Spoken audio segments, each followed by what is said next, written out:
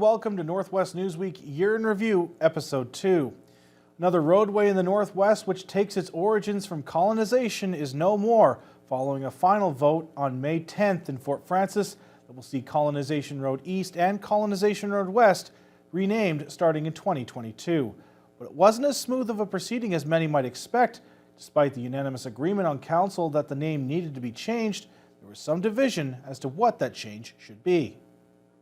With a vote of 4-3, the town of Fort Frances took another step forward towards reconciliation Monday, and will see Colonization Road East renamed to Agaming Drive and Colonization Road West become Sunset Drive. The renewed push to rename the two roadways came late last year, which led to a rise in ugliness and acrimony in the town of 8,000, especially online, according to Councillor Douglas Judson, who is pleased with the outcome of the vote, but wishes the whole topic had been addressed better. I think that it's exposed a lot of lingering racism and bigotry in this community, and I think that council needed to do more to take leadership at the outset to say that we're making this decision because we've made these commitments to reconciliation and it's the right thing to do. Mayor June Call says what ensued in her community over the last 7 months was hard to watch, but knows the town will grow and heal over time. You know, the decision's done. I'm really happy the way it turned out. And I think in the long run, people will be accepting and move on from this. When asked about how council voted, Call says all members were in agreement that colonization needed to be dropped. As well, all members were unanimously in favor of the designation of Sunset for Colonization Road West. But that is where the group splintered. We do have 4 in favor of Agaming, if I'm pronouncing that correctly. I hope I am.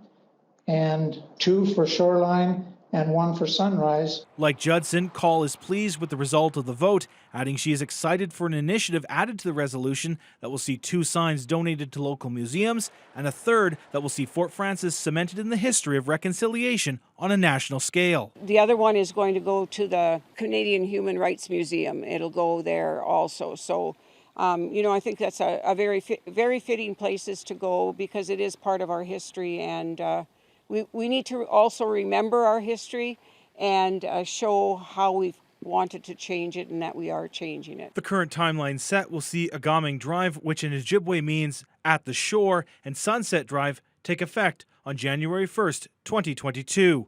Adam Riley, TBT News. May started with a big bang, followed by a big oops in Terrace Bay, when a well-known part of the skyline, the Agua-Saban surge tank, was demolished. These videos show the 75-meter tower being taken down, and they clearly show some miscalculations as to how it would fall. Ontario Power Generation hired a demolition company to take down the tower, which dates back to 1948, and replace it with a modern, more environmentally friendly surge tank.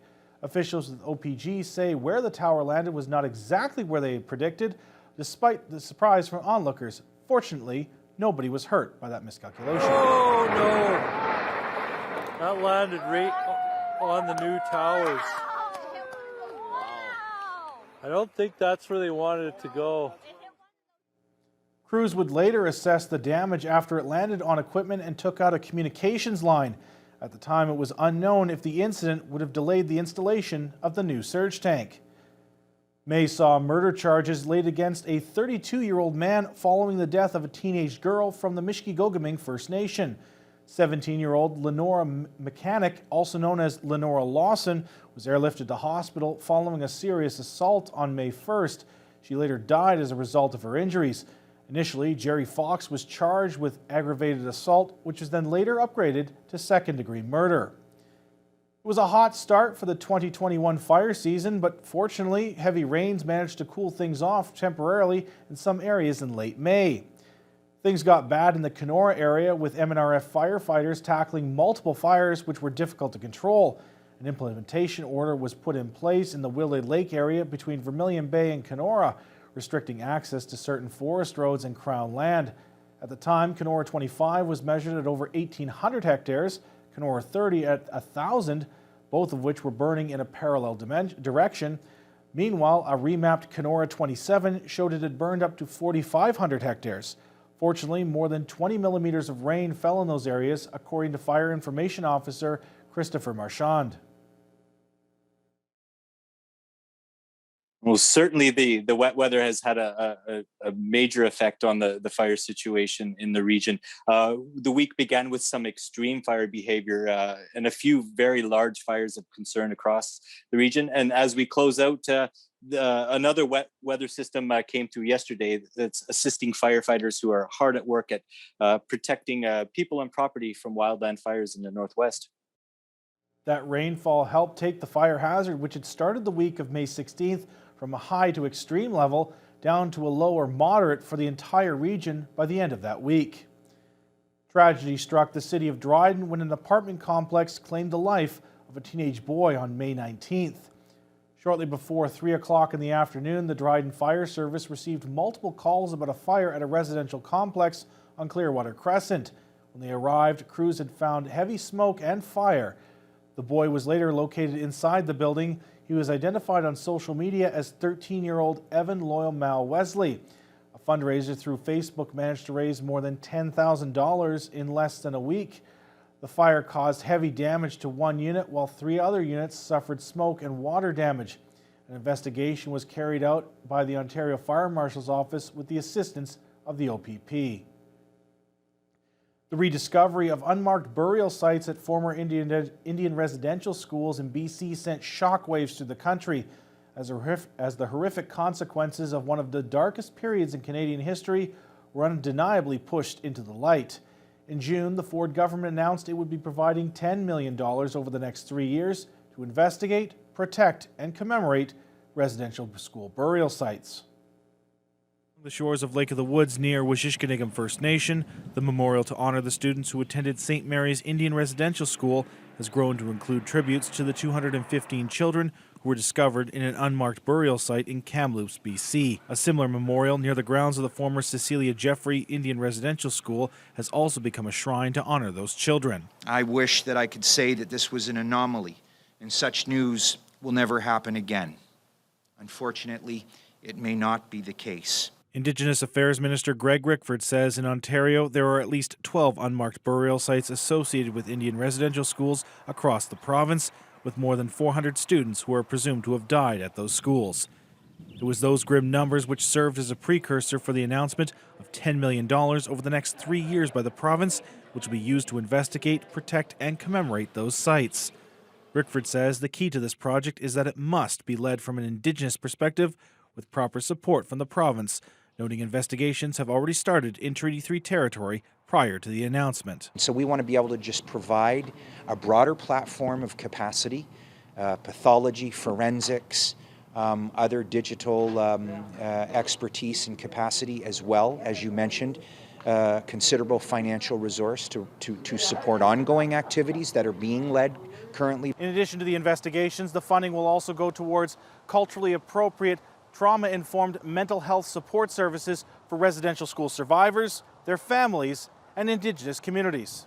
Rickford was joined in Kenora by Grand Council Treaty No. 3 Ogichita Francis Kavanagh, who says while he is pleased the province moved quickly and was one of the first to offer funding, he is concerned about the amount. I don't know, province-wide, I don't know if that's going to be enough, because we're going to require, some high-level people, professionals to help us in this endeavor. You're going to probably require something like a forensic pathologist to help assist us identifying remains and this and that.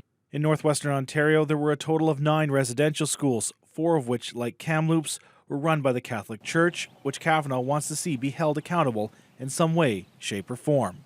The Catholic Church needs to come forward and make efforts to bring the Pope to Canada for a formal apology to all First Nations across Canada. Adam Riley, TBT News. When we come back, another community in the Northwest ditches the colonial moniker for one of its street names.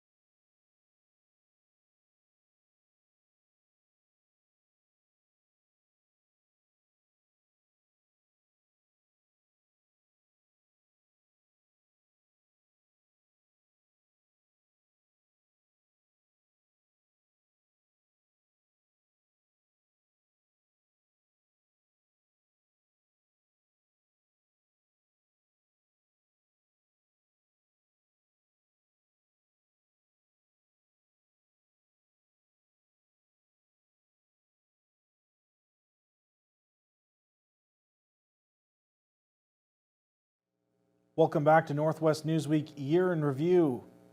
June 21st marked the National Indigenous Peoples Day across the country. For many, it was a day to learn about Indigenous culture and ceremony, but it also served as a reminder of the atrocities committed at Canada's residential schools, some of which had been uncovered in the weeks leading up to that day. In Dryden, it had an even deeper meaning and impact, as one of the city's main roadways was decolonized to make way for the future. The gathering was smaller than usual due to COVID-19 restrictions, but the atmosphere was full of life for the 2021 National Indigenous Peoples Day celebrations in Dryden. Drummers and dancers performed while onlookers watched in a socially distant manner.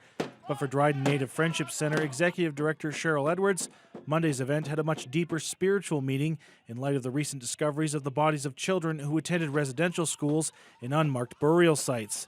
She says it is the children who are able to carry the language, traditions, and teachings into the future. And for many in the residential school who never made it home, their families never had an opportunity to do that.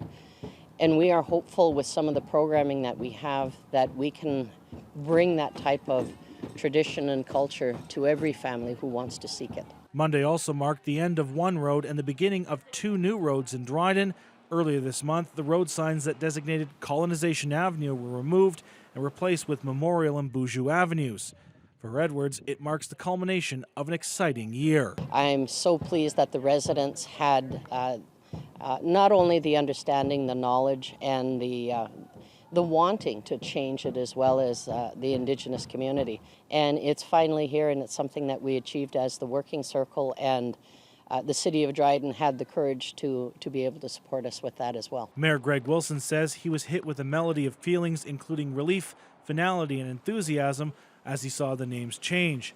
Noting prior to the working circle, the city had no mechanism to have meaningful, consistent dialogue with groups wanting to tackle issues in the city, like renaming Colonization Avenue. Once we got the working circle established, we had a vehicle to be able to include, the 5 members, the Indigenous representative, Métis, included for sure, and as well as municipal staff and councillors. So we finally got the mix together and the right structure. In addition to the name change, the working circle also helped council adopt a land acknowledgement similar to other municipalities in the region, and will now take a small break before reconvening in the fall.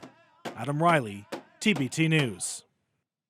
Few details were released following the sudden death of a worker at the Barrack-Hemlo mine near Marathon. Around 10 o'clock at night on July 14th, police and ambulance personnel were called to a possible fatality at the mine located 40 kilometers east of Marathon. Medical staff at the mine advised first responders that the victim, 48-year-old Troy Cameron of Marathon, was deceased. An investigation into Cameron's death was initiated by both the OPP and the Ministry of Labour, with a post-mortem to take place in Toronto.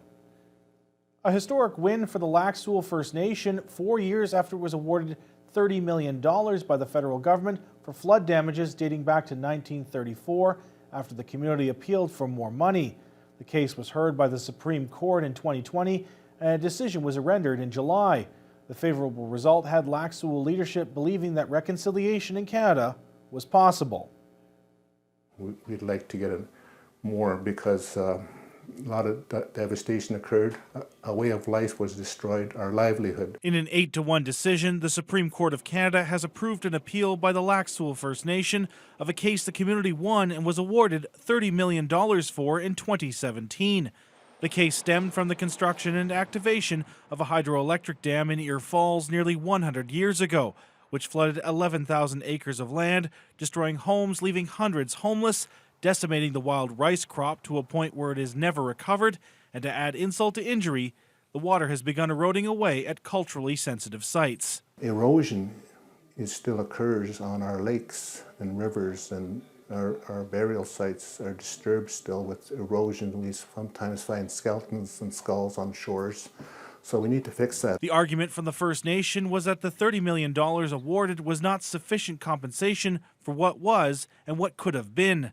Kiiwetinoong MPP Saul Mamakwa agrees and is happy with the decision. When you lose your history, when you lose your way of life, when you lose, the identity where you come from the lands, what is that worth? And I think it's worth more than $30 million. However, Bull is optimistic a return to the courtrooms will not be required, as the original judgment ruled in favor of Lac Seul, and the only disagreement came from the dollar figure awarded.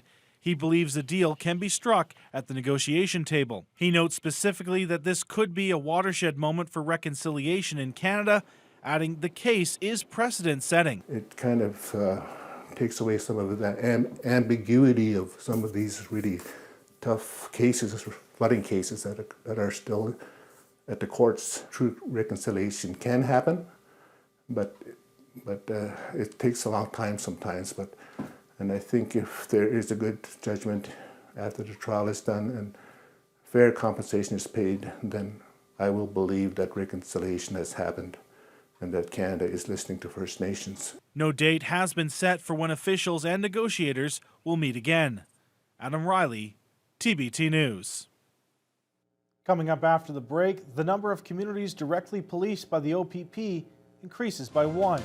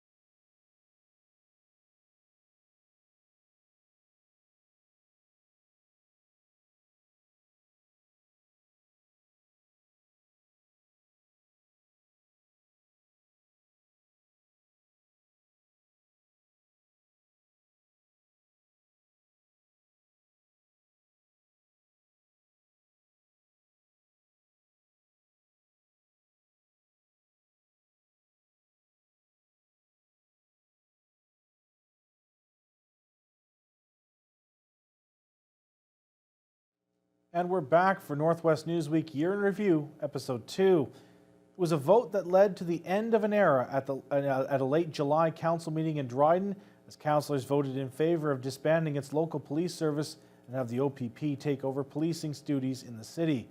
It was a decision that was fought by some to the bitter end, and one that leaves the Thunder Bay Police Service as the lone remaining municipally operated police force in northwestern Ontario. In a complete turnaround from 2019 and a move dubbed as anticlimactic by Mayor Greg Wilson, Dryden City Council has voted 6-1 in favor of disbanding the Dryden Police Service and adopting the Ontario Provincial Police. The lone dissenting voice came from former City Police Chief, now Councillor Shane McKinnon. In his comments prior to the vote, McKinnon asked if there had been any information being withheld from Council. I'm not looking for details, but in general terms, are there issues with the Dryden Police Services Board, the administration of the board, the staffing, liability issues, financial issues? However, costing committee members CAO Roger Nesbitt and Councillor Norm Bush stated they were unaware of any information being withheld. McKinnon also questioned many aspects of the costing, including limited access for public meetings and the city's current debt. In his remarks, Bush spoke about how policing in Dryden was inherently expensive, calling it undeniable that Dryden has the highest policing costs per capita. Dryden's cost per property is $1,040 per property. The average of the 5 benchmark communities that are supported by the OPP is $583 per property. Other councillors brought up similar points associated with finances, and one by one, each councillor announced their intentions on how they planned on voting. We have a wonderful police force, but we've reached a point where we cannot provide them with the resources that they need. To know your community as the highest crime rate in the province, the lowest rate of crime solved, the highest cost per household, is of grave concern to me. When asked on how the city will pay for the switch, Mayor Wilson says several options are on the table. Drawing down reserves, possibly increase taxes, possibly cut services. I don't think so, but that's really not for me to say. That's for council discussion and a lot of discussion over the next while. Now, how the city will go about the transfer and how long that will take is something that has yet to be decided by the city's administration. However, Wilson notes the first step will involve informing Ontario's Solicitor General about the city's intention to adopt the OPP. Adam Riley, TBT News. A Kenora resident was charged with murder in early August following an investigation into the death of a city woman the week prior. Kenora OPP were called to a Mikado Avenue residence on July 30th, where 62-year-old Christine Wright was found deceased. The investigation led to the arrest of 35-year-old Paul LaRue 6 days later on a charge of second-degree murder. OPP Constable Andrea DeGagne detailed as to why it took that long to make an arrest. Complex situation, and it's why it's taken this long to apprehend somebody and hold them responsible. These are long investigations, and there's always more information out there coming in. If anybody does have information related to the occurrence, they're still investigating. It's an open investigation. So we're hoping that they can come to the police with anything they have. You can report online, OntarioCrimeStoppers.ca, or just by contacting the police at 1-888-310-1122. Following a year-and-a-half closure, the border between the United States and Canada opened up once again to Americans on August 9th. At the International Falls crossing into Fort Frances, vehicles lined up for kilometers with American tourists trying to enter Canada. Meanwhile, in Pigeon River, the complete opposite was on display. The reopening came after a deal was reached with unionized Canada Border Services Agency officers the previous weekend. William Dougal was in Pigeon River and has more. The border into Canada reopened to double-vaccinated non-essential U.S. travelers just before midnight Sunday, and already some border crossings are completely bogged down. This was the scene along Highway 53 in International Falls on Monday morning, as the crossing into Fort Frances had a lineup that stretched around 3 miles long. The video was shot by International Falls Chamber of Commerce President Tricia Heibel. She says many Americans began planning these trips following the announcement by the Trudeau government in early July, and officials have been warning people to expect lengthy delays on day one of the reopening. It could be upwards of a half hour or longer per car of 4 roughly to process. They seem to be in that 30 to 40 minute per car ratio, and the wait times they had said could be possibly anywhere between 7 and 9 hours. And I believe from some of the cars I've talked to outside our office, they're probably around that 8-hour mark currently. Despite the wait times seen at the Fort Frances border, the Pigeon River border is doing just fine. Many Americans are crossing, coming up to hunt, fish, and do other recreational activities. To many, this is an amazing escape. And we're very excited to get up here. Again, it's almost 2 years for us, but we're anxious to get back and just, I think Bill, our partner, said just to relax a little bit and just enjoy our fishing trip. Pigeon River officials reported mainly slow traffic volumes throughout the opening morning. Meanwhile, back in International Falls, Heibel says she and her chamber members hope that the busy flow of traffic can be reciprocated soon, whenever the American side of the border reopens to Canadian travelers. Now, admittedly, we were a little disappointed when the U.S. extended to at least August 21st, and we didn't kind of reciprocate that August 9th date with Canada. So we hope to see by the end of the month still that we have more free traffic kind of moving back and forth between us, definitely. William Dougal, TBT News. And those were some of the top stories from May, June, July, and August. Tune in next time as we conclude our recap of 2021.